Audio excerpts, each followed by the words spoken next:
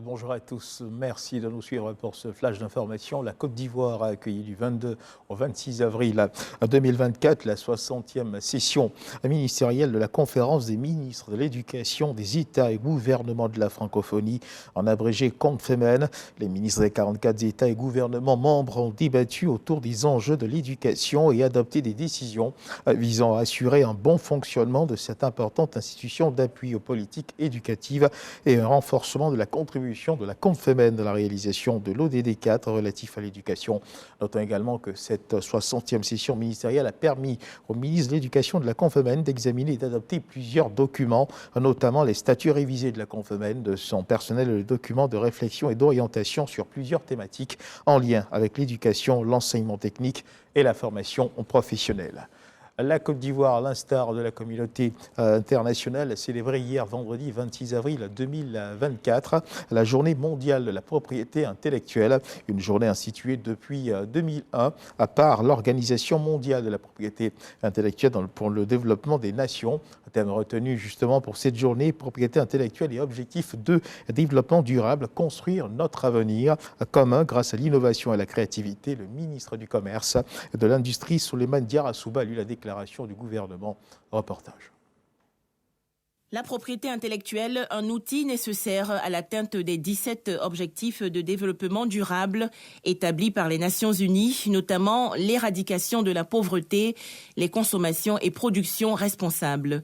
En Côte d'Ivoire, le gouvernement s'est approprié les objectifs de développement durable. En les articulant avec son plan national de développement PND qui s'inscrit parfaitement dans la dynamique de développement impulsée par son Excellence M. Alassane Ouattara, président de la République, visant à faire de la Côte d'Ivoire un pays à revenu intermédiaire de la tranche supérieure grâce à la transformation structurelle de l'économie par l'industrialisation à l'horizon 2030. Le gouvernement ivoirien veut ainsi faire du système de la propriété intellectuelle un levier stratégique de développement de l'activité économique, industrielle et commerciale. Cela se traduit par les activités de portée structurante réalisées durant ces 2 dernières années dans ce domaine, notamment l'intérêt accordé à la labellisation de nos produits de terroir, à savoir l'attiéké des lagunes, le pain baoulé et le café des montagnes de Mans. Le processus de labellisation du Made in Côte d'Ivoire en cours pour contribuer à renforcer le positionnement des produits ivoiriens sur les marchés régionaux et internationaux. La Côte d'Ivoire, premier pays en termes de label d'indication géographique et faisant partie des 3 meilleurs déposants de titres de propriété intellectuelle à l'Organisation africaine de la propriété intellectuelle, invite les opérateurs économiques à s'approprier les mécanismes de la propriété intellectuelle et à utiliser les droits qui en découlent pour bâtir des entreprises plus fortes et compétitives. Un reportage de Juliette Royan par la présence d'économie numérique avec ses 3 jours de réflexion, d'échange et de partage d'expériences, d'exposition du savoir-faire à l'occasion de la 4e édition de l'African Digital Week, officiellement ouverte à Abidjan, à l'initiative de la Confédération Générale des Entreprises de Côte d'Ivoire, en abrégé CGECI. Et cette rencontre se donne pour objectif de valoriser et mettre en réseau les acteurs du digital en Afrique.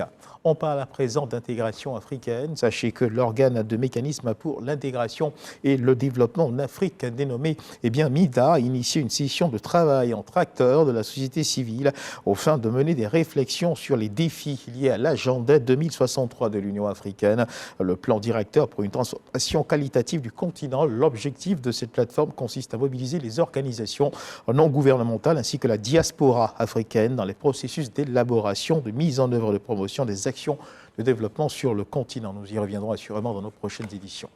Et dans l'actualité internationale, sachez que l'OMS, l'Organisation mondiale de la santé, a mis en garde contre une utilisation répandue et inappropriée des antibiotiques pendant la pandémie de Covid-19, mettant ainsi en danger la lutte contre la résistance antimicrobienne.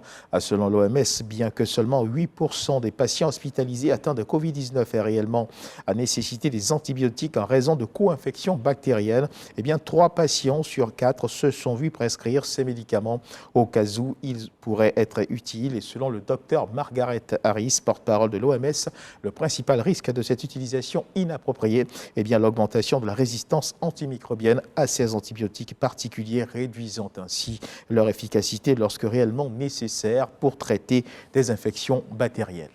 Et on termine ce tour de l'actualité internationale avec les États-Unis. Les États-Unis, où une cour d'appel fédérale a confirmé hier vendredi la sentence de 20 ans de prison pour le chanteur afro-américain R. Kelly, condamné pour agression sexuelle sur mineurs à Chicago. Cette décision, notons-le, fait suite à la déclaration de culpabilité prononcée par un jury en 2022 où R. Kelly a été reconnu coupable de 3 chefs d'accusation de production d'images d'abus sexuels sur mineurs, de 3 chefs d'accusation d'incitation de mineurs à des relations sexuelles. Voilà qui marque la fin de ce flash d'information. Merci de nous avoir suivis. Je vous retrouve à 13h pour le journal.